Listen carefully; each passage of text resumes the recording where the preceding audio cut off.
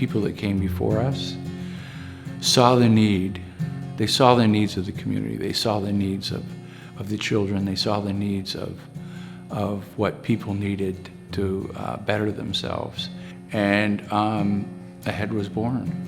When we were looking to buy our house, and we didn't want to make any mistakes because we hadn't done it before, and we had heard about the AHEAD program, so we took the AHEAD Home Buyers Education class. Everybody that I have met at AHEAD seems to be genuinely concerned about my welfare. Living here at the Beatty House, there's a lot of really nice neighbors.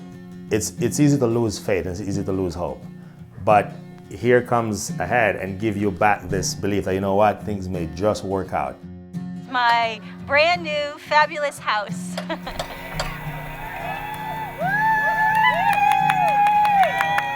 It's like the sunshine and warm cocoa all rolled into one. We choose to use affordable housing as the term, but really it's about being a good citizen. It's about being a strong community, and that it's a lot easier to do it as a group of people.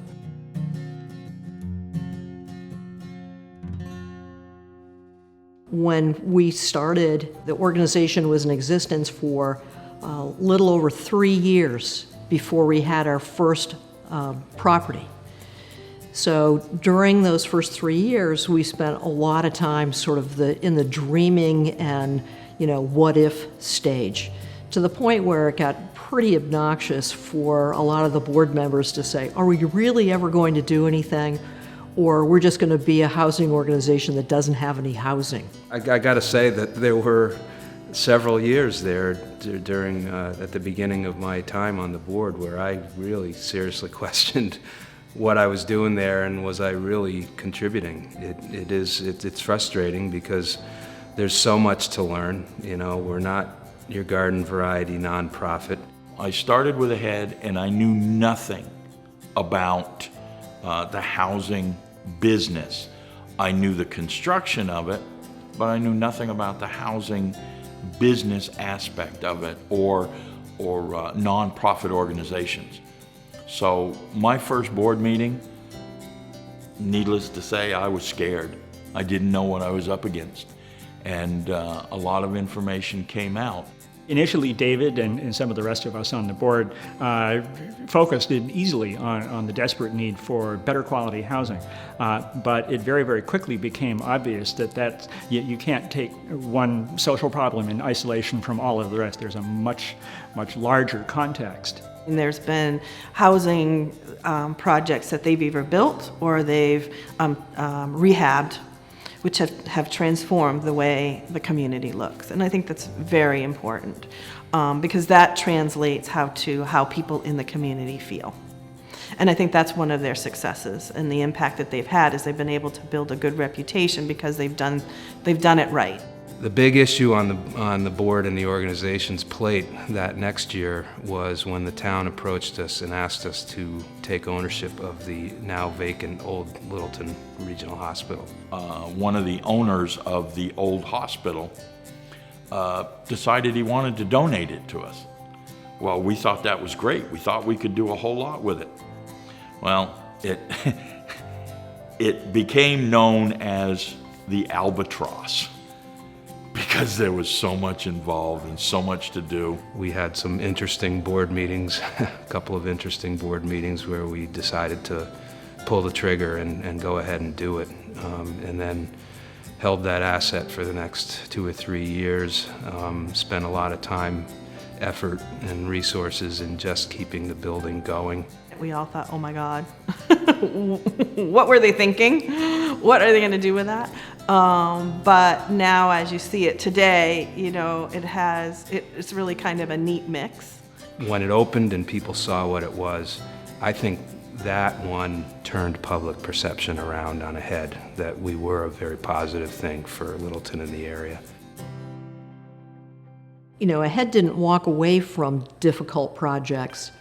They oftentimes had to fundraise or had to create other revenue streams to figure out how they were going to pay for those cost overruns. I can remember a particular project here in Littleton where they ran into into some problems. We needed to fundraise. We were going to be about $5,000 short on the project, and we all just rolled up our sleeves and said, wouldn't it be easier if we just do the work?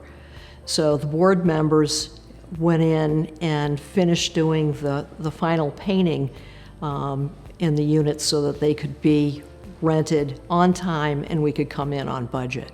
The first personnel hire that we did was Susan Tomasetti, who was effectively an executive secretary for David, and she was the sole management agent, because right from day one, AHEAD intended to self-manage, that is, to be the developer and the owner and the property manager of affordable rental units. At first, we were trying to make sure we could rent out the apartments that we had. Now we have, I think it's over 300 apartments, and we're not really having a problem filling those apartments. And now we're moving into single-family homes and selling homes and everything else. And I mean, it's just, everything is nonstop, but it's nonstop in a great way. When you drive around the North Country, you see the different housing, and one of the housing was in Bethlehem. They were pretty dilapidated. You know, when they get to that state, they have a really good chance of just going away. They're historic properties. It presented a new set of challenges for the organization. It wasn't just kind of a gut rehab kind of thing that had to happen. It was important to partner with the preservation folks in Concord to make sure that it was done properly. We had to make sure that the stuff came off, it was protected, and put back on exactly the same way.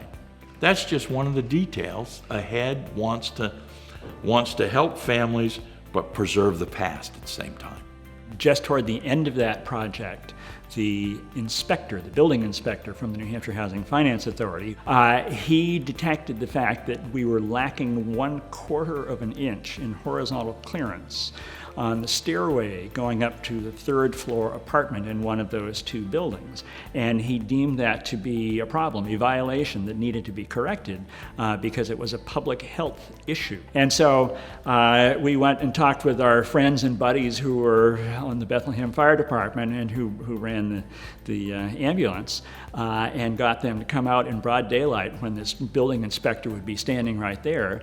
And they came in with their lights flashing, although I don't think the siren was on, and they jumped out and got the stretcher out, and they went right up to the 3rd floor with it and came right back down with the stretcher, thereby demonstrating that, you see, it really wasn't a public health issue and that it would do just as it was. Bureaucracy and heavy regulation are really something I get impatient with. And this was actually where working with David Wood and also Mike Claflin was kind of instructive to me, because they both really have remarkable attitudes and approaches toward that. They have to deal with that stuff, and they deal with it very well. They know the ins and outs of it. But there are times when you just have to you want to kind of bang your head against the wall. You have to be nimble in this business because you never know where the next naysayer is going to be. AHEAD has always been very open to looking at partnerships. I helped to co-found WREN, Women's Rural Entrepreneurial Network. David was very open to being the fiscal agent then and gave us our start. I know that they've had other partnerships with Habitat for Humanity and other groups. Being able to partner with the Community Loan Fund, getting access to capital through local banks to the Federal Home Loan Bank, and then the major coup really was to be able to make the organization ready for acceptance as a NeighborWorks organization.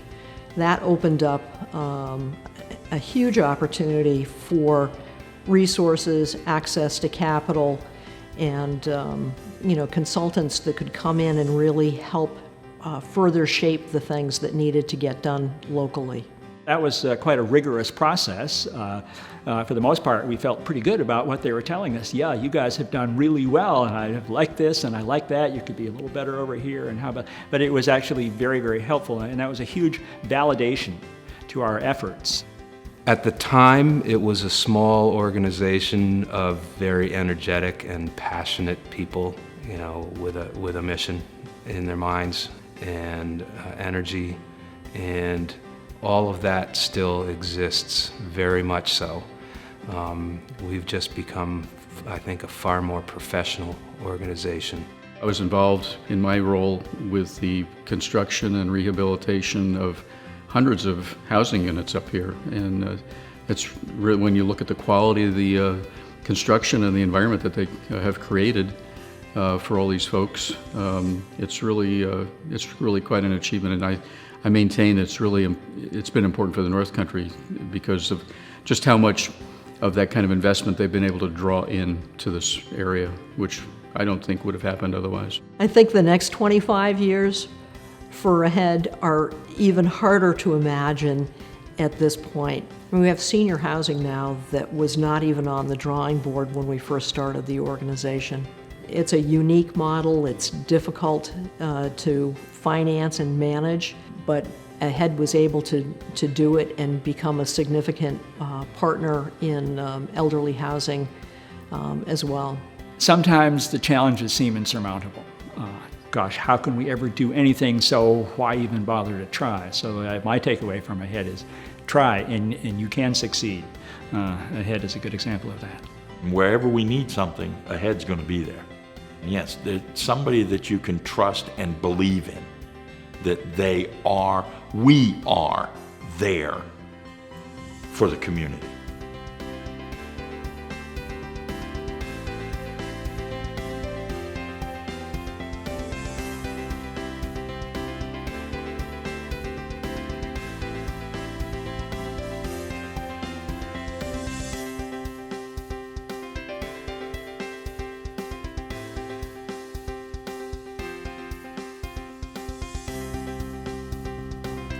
It's not done growing yet.